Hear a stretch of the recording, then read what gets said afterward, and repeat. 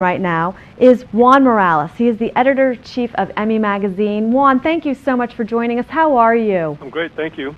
I am so glad that Alexia introduced us to you, and so thrilled to have you here today. You're the director of Emmy Magazine, of membership publications. I happen to say I look forward to Emmy Magazine. That is like one classy industry magazine to get. You must have a lot of fun working with that, with Emmy Magazine for the Academy. Definitely, and thank you. I appreciate hearing that. Yeah, we have a small staff, but we are very proud of the work we do, and I'm glad you like it. Yeah, I think it's fantastic because what I really love about it is it focuses on television, it highlights television, it highlights all the players in TV, not just from the actors, but from the costume designers to the show producers, the show writers. It's like really fantastic, and I love also the picture section. Well, that's a reflection of our membership.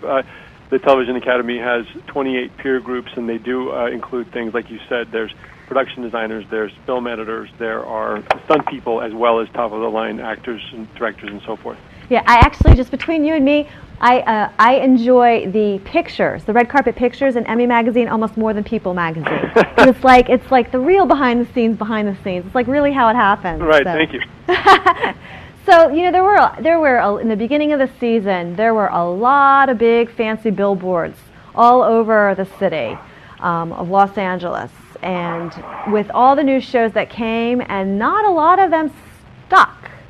What is your take on some of the shows that came, or why it came? What is some of that you have witnessed or liked and didn't see and has come and gone? I would say that there have been, I think, about 5 cancellations that I can remember, but the 2 biggest ones that the first one was pretty prominent was the NBC's Playboy Club, which I think maybe had 2, if not 3 episodes, and then more recently ABC's Charlie's Angels, which was definitely, as you said, as far as billboards and marketing exposure, was supported quite a bit by the network, and for some reason that didn't take. I'd say that with regard to Playboy Club, they had, I think, having spoken to some people who were involved in making it, I would say that they were aware that they might have had some challenges just based on the brand of Playboy, period. There's some people who find that appealing, and there's quite a bit of others, however, who find it rather off-putting, and the irony, I think, was that while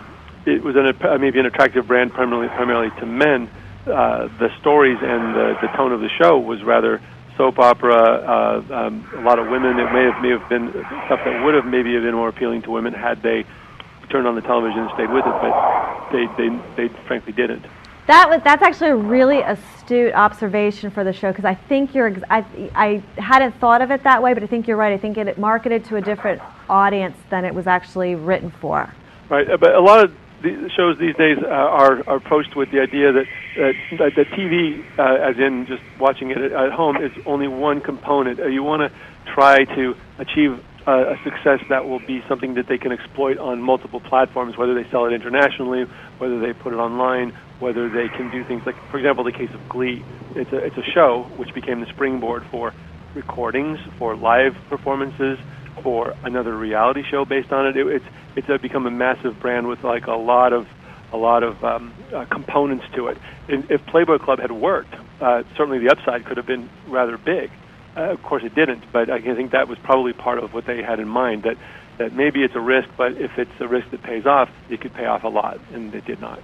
Yeah, and I think they also were playing off for the Playboy Club of the old era genre kind of coming back in terms of scripted development with like Pan Am and, off of the success of Mad Men. I think there was this kind of tie-in that they were trying to hit with the timing, the period.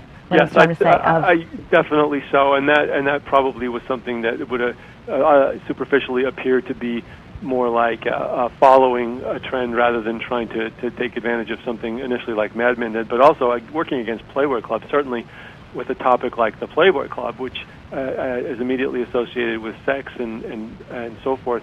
The network television restrictions would prohibit them from really taking it to a place that it may have been a better fit for cable, for example, and then they could have had more latitude. I grew up in Spartan, New Jersey, and the next township over was Vernon, New Jersey, and there was actually a Playboy club, and it was like, we were just all like, whoo, Vernon Valley, if you're going to Vernon, you're going to the Playboy Club. Right. Right, but you're right about the period, and Pan Am is still on the air, but it's having some ratings challenges. I think the network believes in it, and I think they're going to stick with it, but that one, we'll see.